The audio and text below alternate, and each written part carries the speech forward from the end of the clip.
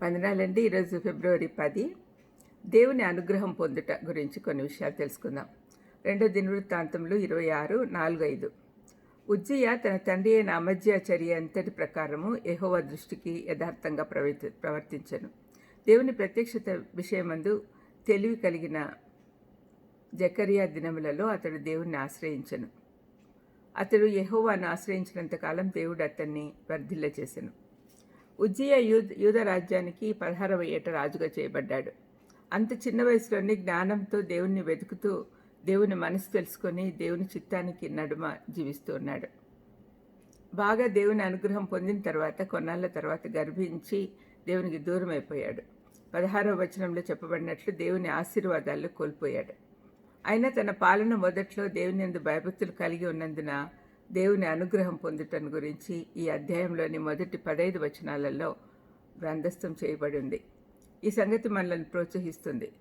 చిన్నతనం నుండి దేవుని యందు భయభక్తులు కలిగి ఉండి తమ నడవడి ఆయన చిత్త ప్రకారమే వాక్య ప్రకారమే ఉండేటట్టుగా జాగ్రత్త పడుతూ ఉండే వారి జీవితంలో ఉజ్జియా జీవితంలో అనుభవించిన ఆశీర్వాదాలన్నీ వారు కూడా పొందుకుంటారు.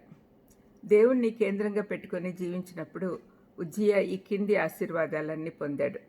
దయచేసి 26వ అధ్యాయము 1-15 వరకు చూసి వాటిని ధ్యానించండి. ఊరికే బ్రీఫ్గా నేను కొన్ని పాయింట్స్ చెప్తాను ఏమేమి ఆశీర్వాదాలు పొందుకున్నాడని.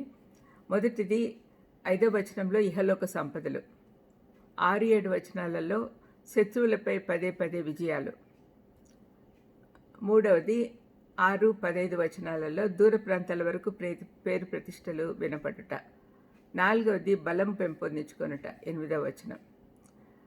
5వది 9-10 వచనాలు దూరదృష్టి కలిగి ఉండుట. 6వది 11-13 వచనాలలో నమ్మకస్తులైన సేవకులు ఉన్నట్లుగా కనపడుతుంది.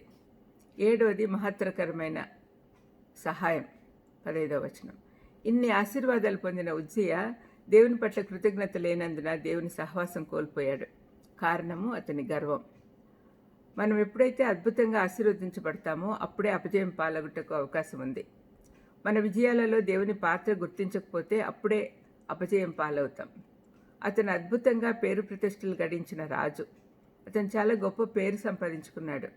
అతని యుద్ధాలలో సమాధానపరచుటలో, ప్రణాళిక తయారు చేయటంలో, వాటిని ఆచరణలో పెట్టుటలో, నిర్మించుటలో, నాటుటలో అన్నింటిలో విజయం సాధించాడు. 5వ వచనంలో అతడు దేవుణ్ణి ఆశ్రయించినంత వరకు వర్ధిల్లాడు అని చెప్పబడింది. ఇది మనందరికీ గొప్ప పాఠం. గర్వించినప్పుడు యెహోవా అతన్ని మొత్తాడు. 20వ వచనం. కుష్ఠరోగం అనే మహాభయంకరమైన శిక్ష పొందాడు. తన సింహాసనం కోల్పోయాడు, వెలివేయబడ్డాడు. తాను ఉండకూడని స్థానంలో ఉండి యాజకుని పాత్ర పోషించినందున దేవుడు శిక్షించాడు. దేవుని పట్ల కృతజ్ఞత లేనందున ఉజ్జియా అంతగా గర్వించాడు.